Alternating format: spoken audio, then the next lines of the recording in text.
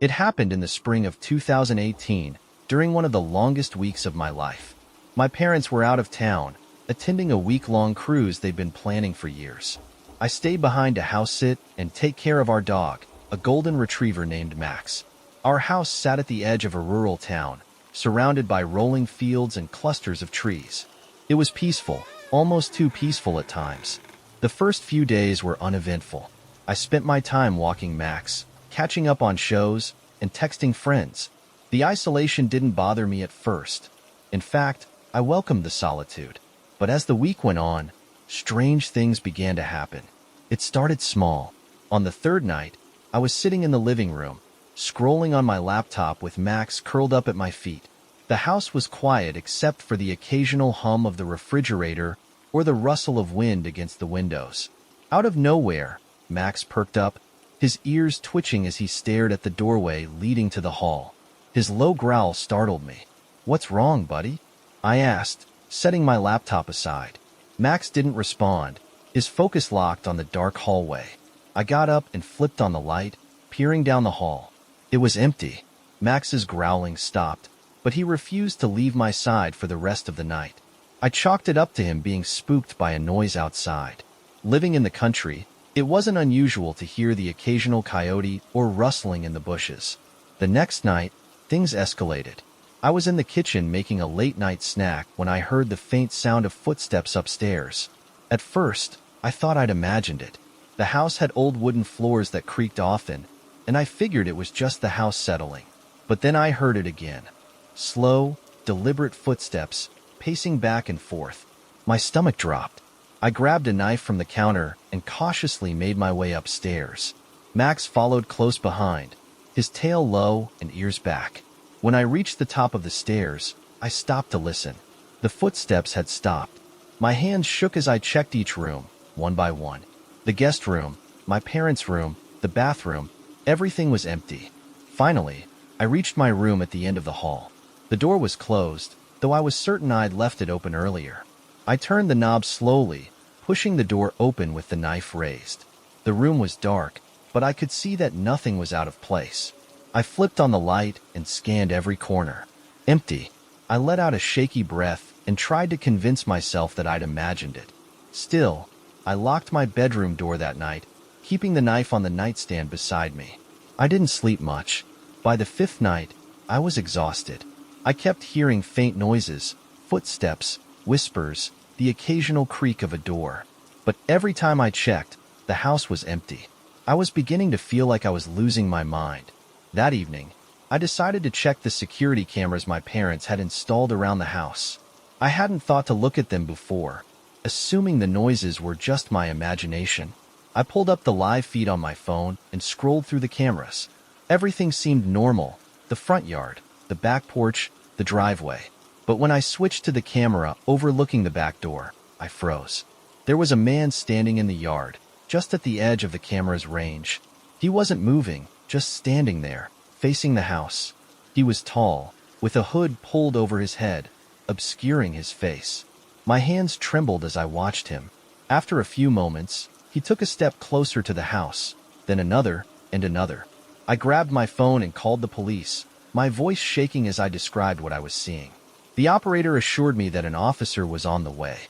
I stayed on the line, watching the man as he moved closer to the back door. Then, he stopped, tilting his head as if he was looking directly at the camera. And then he waved. I nearly dropped my phone. The operator was asking me questions, but I could barely respond. I watched as the man walked out of the camera's view, heading toward the side of the house. Moments later, Max started barking furiously.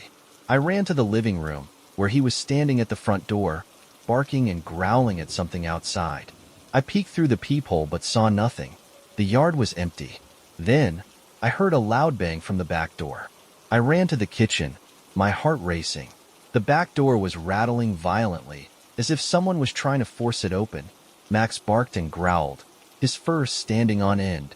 I grabbed the knife from the counter and backed away from the door, praying the police would arrive soon. The banging stopped abruptly, and for a moment, everything was silent. Then, I heard it, the sound of glass shattering upstairs. I froze, my mind racing. He was inside the house. I ran to the front door, throwing it open and stepping onto the porch. Max followed, his barking relentless. I stayed outside, too terrified to go back in.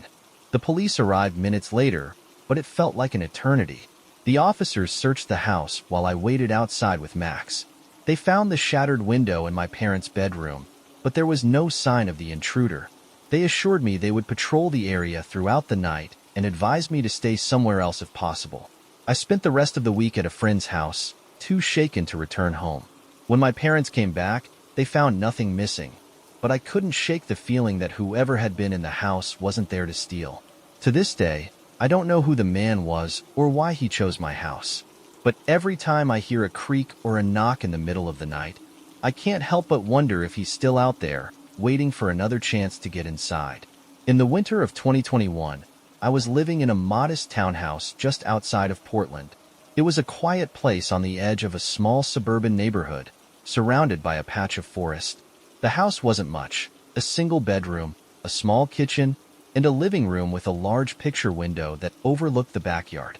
I lived alone, which I liked, but I'd always been a little paranoid. To ease my nerves, I installed heavy locks, motion sensor lights, and even a basic security camera at the back door. The first few months were uneventful.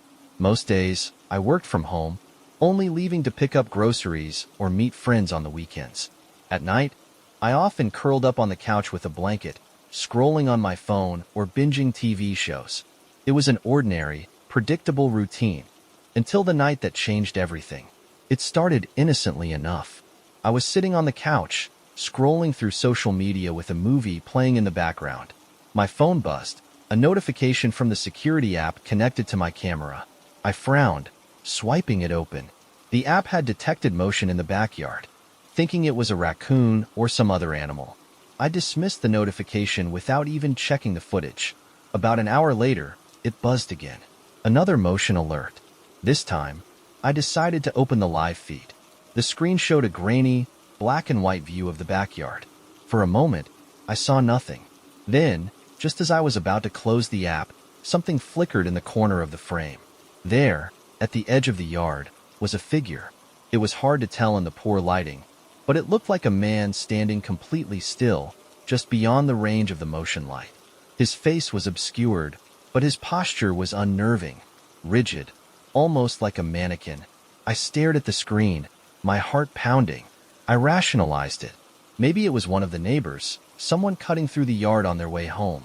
I kept the live feed open, watching for any movement, but the figure remained motionless. After a few minutes, I convinced myself it wasn't worth losing sleep over and turned off the app. That night, I woke up to the sound of something tapping against the living room window. I froze, my mind racing. The tapping was soft but deliberate, like someone lightly drumming their fingers against the glass.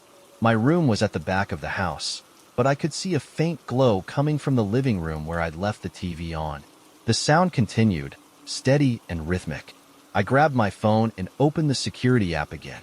My hands were shaking as I pulled up the live feed from the backyard camera. The screen showed the same grainy view of the yard, but this time, the figure was closer, standing just a few feet from the window. He was facing the camera now, his face partially visible in the faint glow of the porch light. His features were sharp and hollow, his eyes dark pits that seemed to bore into the lens. He wasn't moving, but the tapping continued. I dropped my phone and scrambled out of bed, grabbing the nearest object I could use as a weapon, a heavy lamp from the nightstand. I debated calling the police but hesitated. What if he was gone by the time they arrived? What if they thought I was overreacting? Instead, I crept to the living room. The tapping stopped as soon as I entered. The curtains were drawn, and I couldn't see outside, but I could feel his presence just beyond the glass. My heart pounded in my chest as I approached the window, lamp in hand. Slowly, I reached for the edge of the curtain and pulled it aside. The window was empty. I let out a shaky breath, relief flooding through me. Maybe he'd left. I turned to go back to my room when I heard the soft creak of the back door opening.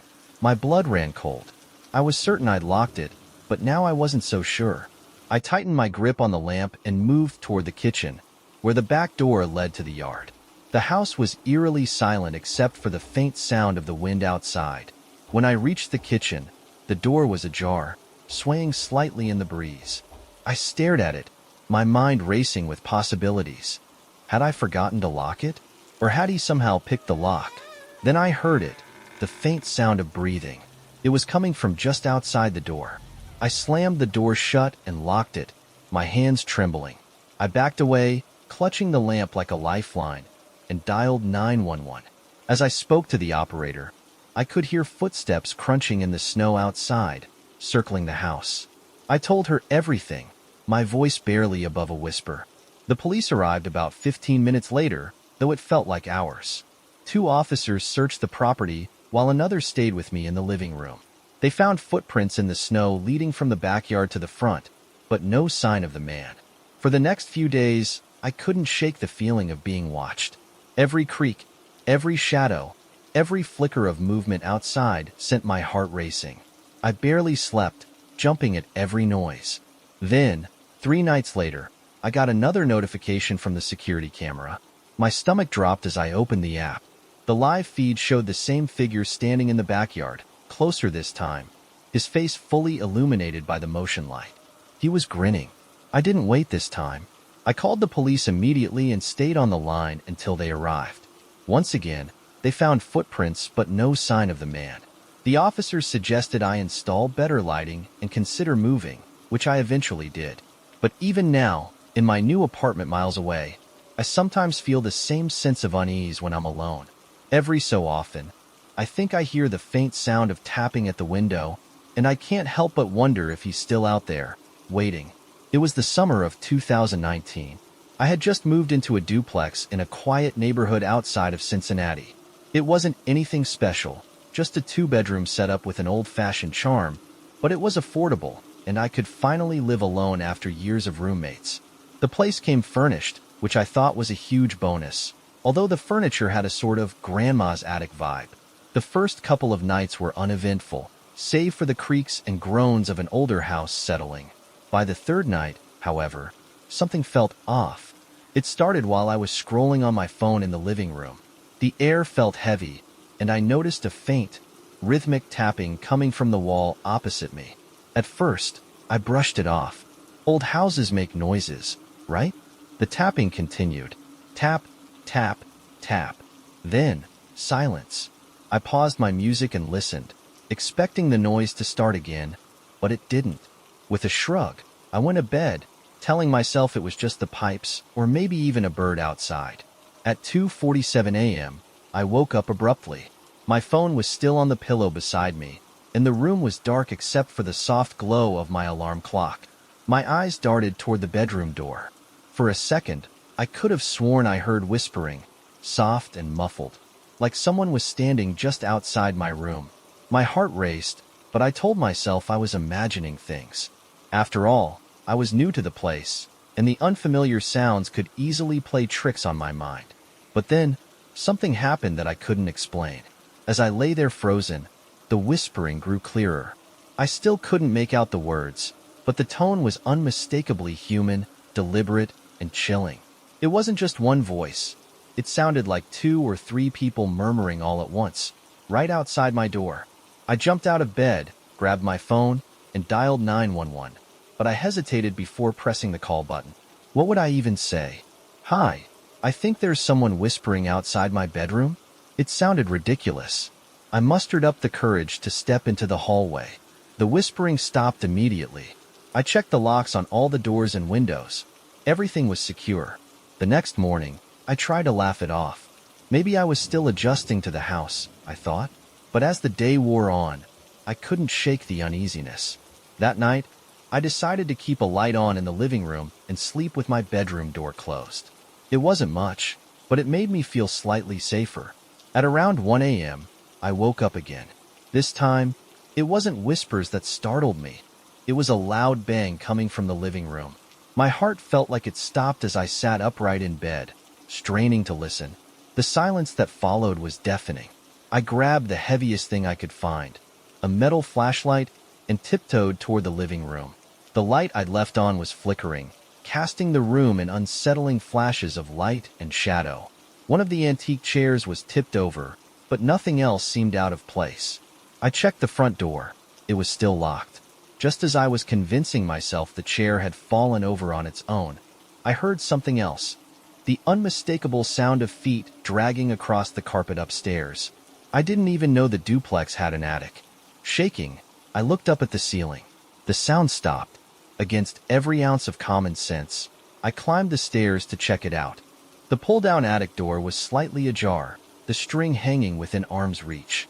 I grabbed it, but before I could pull it open, I felt a gust of cold air, as if something or someone had just brushed past me. I ran.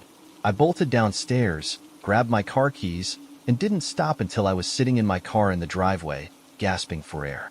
I called the landlord the next morning and asked if anyone had lived in the attic before me. He laughed and said the attic wasn't livable. It was just used for storage. I didn't sleep in that house again. When I went back to pack up my things, I left the attic door alone, but I swear I felt eyes watching me the whole time. To this day, I can't explain the whispers, the footsteps, or the cold presence in that house. But every so often, when I'm alone, I hear faint tapping, as if the memory of that place refuses to let me go.